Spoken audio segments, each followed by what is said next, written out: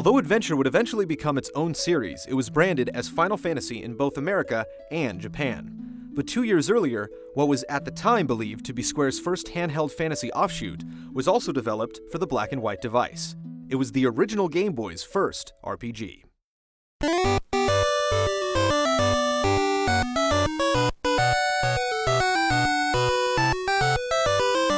Makai Toshi Saga was released in Japan on December 15, 1989. When it journeyed to America in September of 1990, it was renamed Final Fantasy Legend, presumably to capitalize on the popularity of the original NES release America received 2 months earlier. It was directed by Akitoshi Kawazu, who assisted with the game design on Final Fantasy I and II, and was recently one of the executive producers of Final Fantasy XII.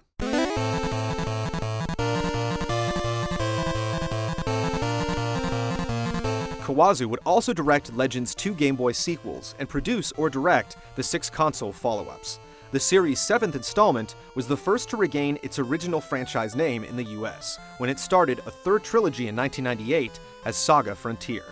When the Super Famicom follow-up to Legend 3, Romancing Saga, was brought to the PlayStation 2 in 2005, North American gamers began to realize the Legend trio had close to nothing to do with Final Fantasy.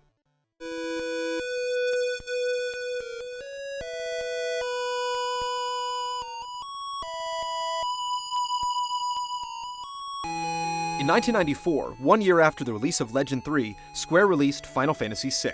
Despite Square's long and fruitful relationship with Nintendo, 6 was the final installment in the saga to grace Nintendo's consoles for almost a full decade.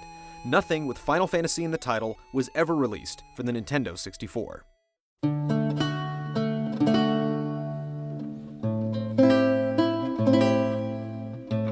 In 2002, the release of the GameCube closed many of the technical gaps that caused Square to jump ship, but its exclusive deal with Sony stood as a roadblock to other platform creators.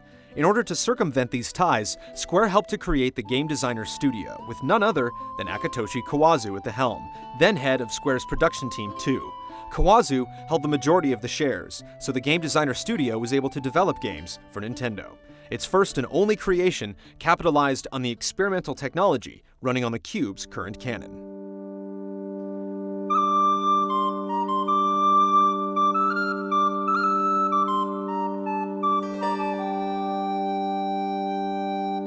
Final Fantasy Crystal Chronicles was released in Japan at the end of 2003 and in North America early the next year.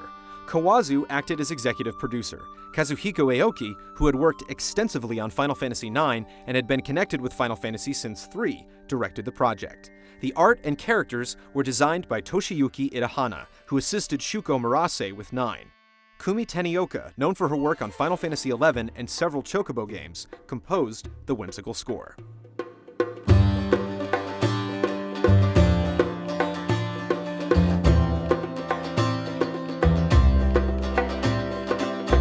The story of Crystal Chronicles was far less linear than the numbered series. The planet was covered in a caustic dark miasma that sapped the life and energy from all it touched. The only force that could repel the miasma was the power of giant mystical crystals that gave life to the world. In order to protect their civilizations, many townships harnessed the crystals to defend themselves. However, the crystal's energy was temporary and constantly needed to be recharged. The only thing capable of restoring power was the vital essence myrrh, which grew within sacred trees scattered across the map. In order to continue the power cycle, the town elders sent out crystal caravans to discover the hidden plants. There, the invaluable essence was extracted and contained in crystal chalices, which were empowered with shards of the great crystal in order to protect the heroes from the harsh environment. As part of the caravan from the diverse town of Tipa, you were sent out by Roland, the village elder, and charged with the welfare of the crystal and her people. The caravan would travel for several years, returning after 3 deposits filled the chalice and forced the adventurers to be reunited briefly with their loved ones. You could choose a particular trade when you created your character, with each house excelling in a particular skill. While away, you could maintain communication with your family through a Moogle delivery service. Your folks could send news and even presents related to the family business. Like the original Final Fantasy, the main character in Crystal Chronicles was named by the player. You could choose from 4 stylized races, each with their own strengths and weaknesses. The Clavets were most similar to humans who farmed the fields of Fum.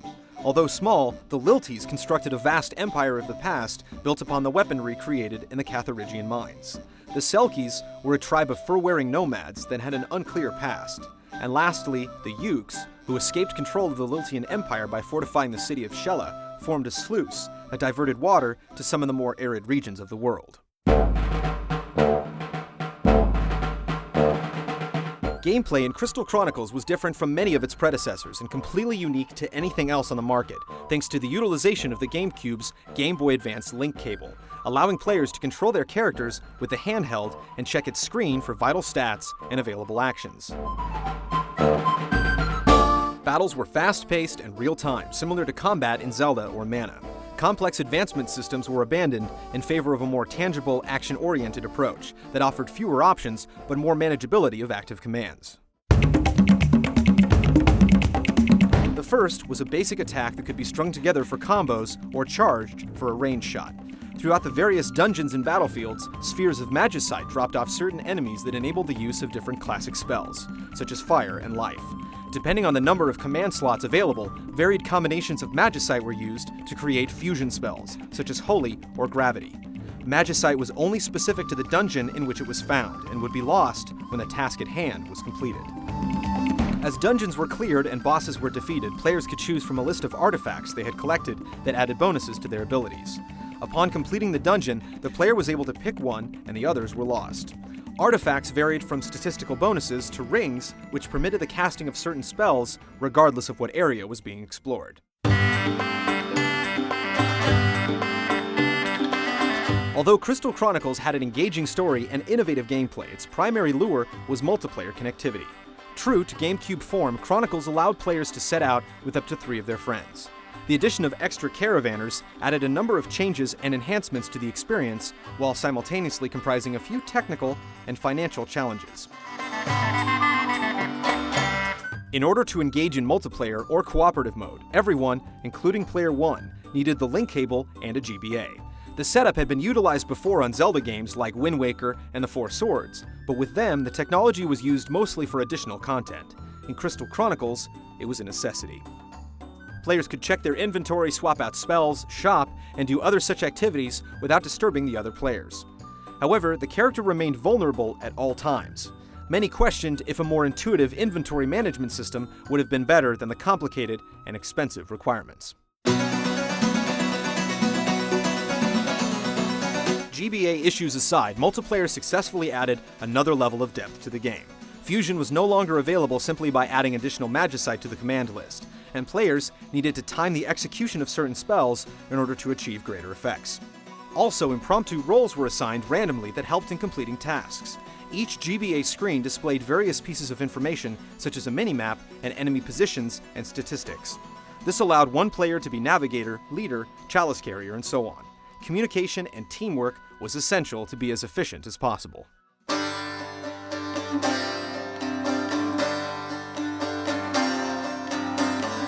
The storybook overworld map was mostly linear, but many colorful personalities sprung up along the windy path. These included leaders of other caravans, such as Sol Rocked and Amadati, Gertie, a Clavet charlatan, and the mysterious Black Knight. They also reimagined some favorites, such as Stiltskin and Artemisian, the Moogle duo from Final Fantasy IX, as well as the infamous Mog, who helped carry the Crystal Chalice from time to time and willingly volunteered for some extreme makeovers.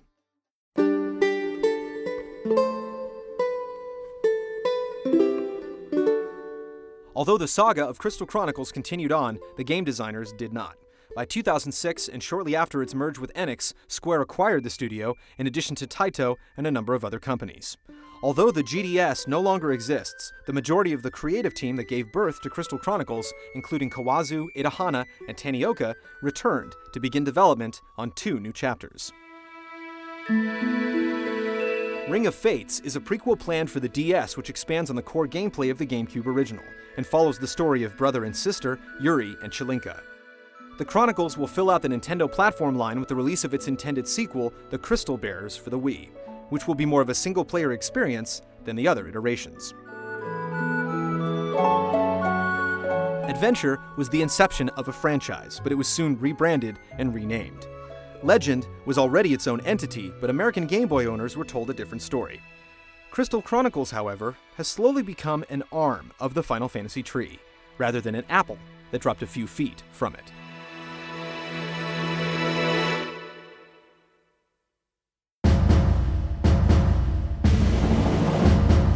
In April of 2003, Square merged with Enix, and its newly conjoined library of games became an unrivaled force in the role-playing genre.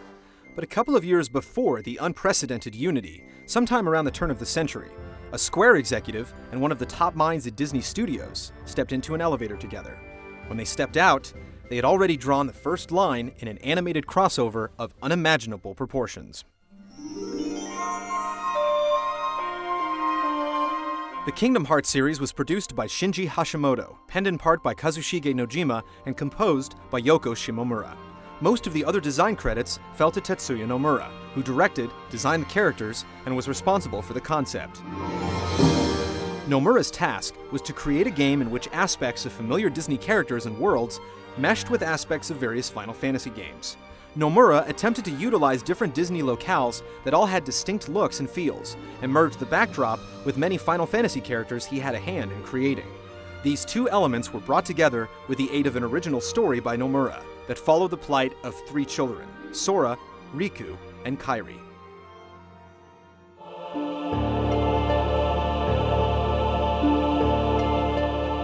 The first Kingdom Hearts was released for the PlayStation 2 in Japan on March 28, 2002. It was slightly retooled and adjusted for its North American release that following September. The original game found Sora, Riku, and Kairi at their home on Destiny Islands. Just as the three friends began to yearn for distant lands, the islands were attacked by dark beings known as the Heartless. After being separated from his friends, Sora discovered an artifact called the Keyblade. Soon after, he was joined by emissaries sent from Disney Castle to locate the blade, as well as its wielder. Two of the most recognizable animated characters in history followed Sora throughout his adventures. Donald Duck took the role of a courtly mage, and Goofy, captain of the Royal Guard. The crew began their trip in Traverse Town, a world unique to Kingdom Hearts. Leon, as well as other Final Fantasy faces, explained that the Heartless were using various keyholes to travel between worlds and capture their hearts. This represented the only direct connection to previous Final Fantasy games. Sora's charge as wielder of the Keyblade was to close the passages and keep the world safe from the Heartless. But he also wanted to rescue Riku and Kairi in the process.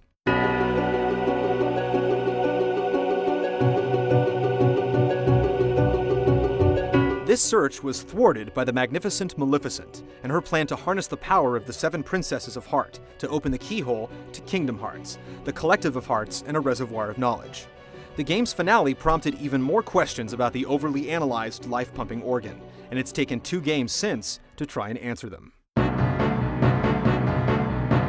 The first sequel, Chain of Memories, was released for the Game Boy Advance in late 2004 and was one of the first GBA games to incorporate full-motion video.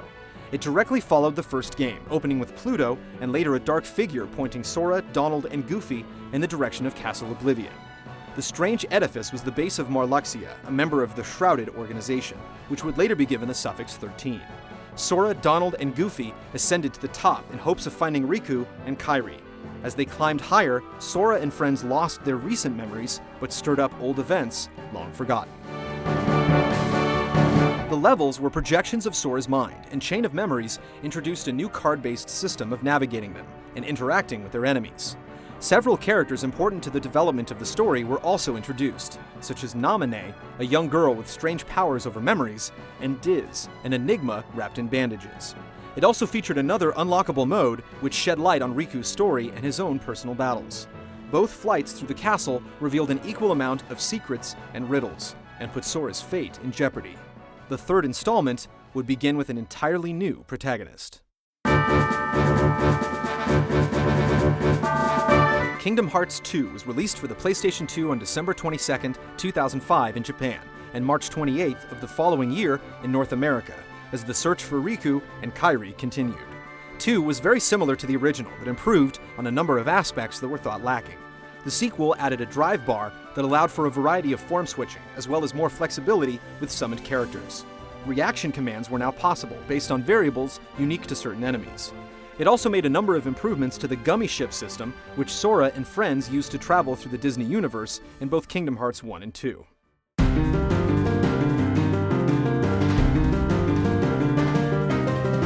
2 began 1 year after Chain of Memories and followed Roxas, a new face who had closer ties to Sora than he could have ever imagined.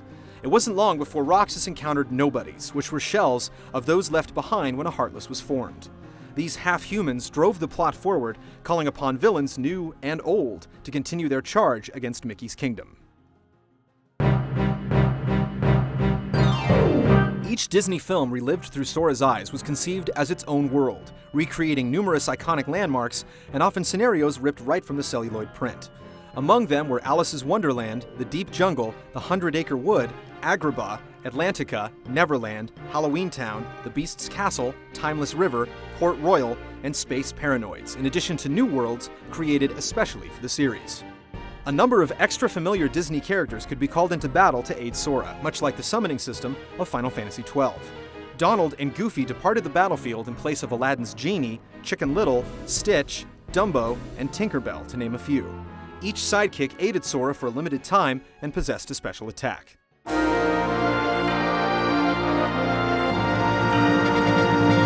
A short list of Final Fantasy characters prompted guest sightings, as the series was mostly dominated by Disney's long line of movie stars. Square cameos were relegated to Vivi and Setzer's competitive struggle matches, Waka, Titus, and Selphie's appearance on Destiny Islands, and a few brief moments shared with the trio of Pixies from Final Fantasy X-2. Their influences varied, as Cloud appeared to have Vincent Valentine costume pieces in Kingdom Hearts 1, but clearly resembled his Advent Children counterpart in 2.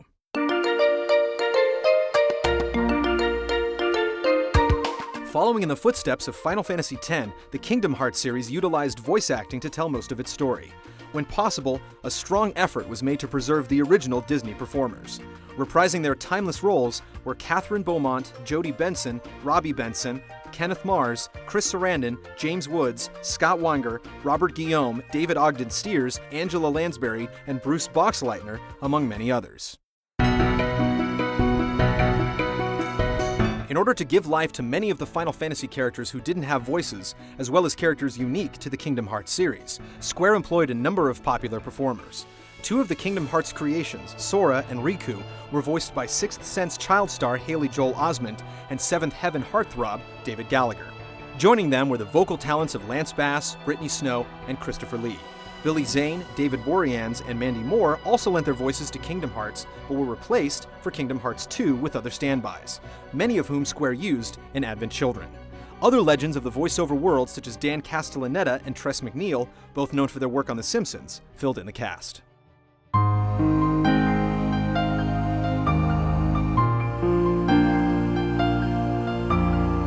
Industry crossovers like Kingdom Hearts are often dreamt up and pleaded for by fans, but the rare results are never executed to the production standards Square and Disney set on the series, or received as warmly as it's been over the years.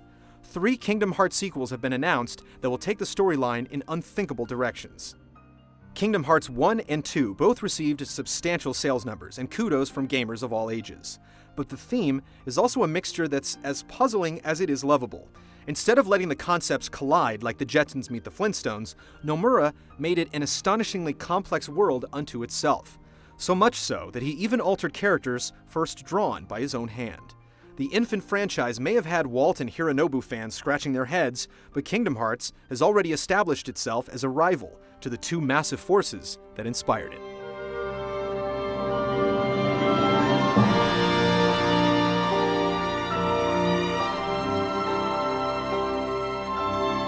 If the spin-offs of Final Fantasy represent how popular its evolving world has become, then these 3 franchises, Legend, Crystal Chronicles, and Kingdom Hearts, are proof that its influence will never die.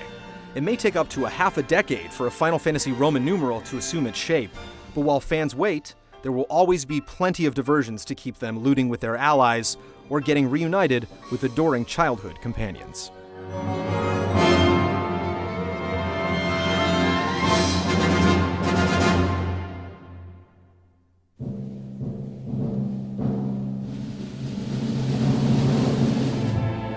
Come back next week when we revisit the original 6 Final Fantasies in their multiple remakes, and follow the 20-year war the franchise has waged between the English and Japanese languages. The hundreds of fascinating revisions and amusing misspellings of numerous people and places have been formally documented in 10 ports of the original 6 installments, across the PlayStation, Game Boy Advance, PSP, and Nintendo DS.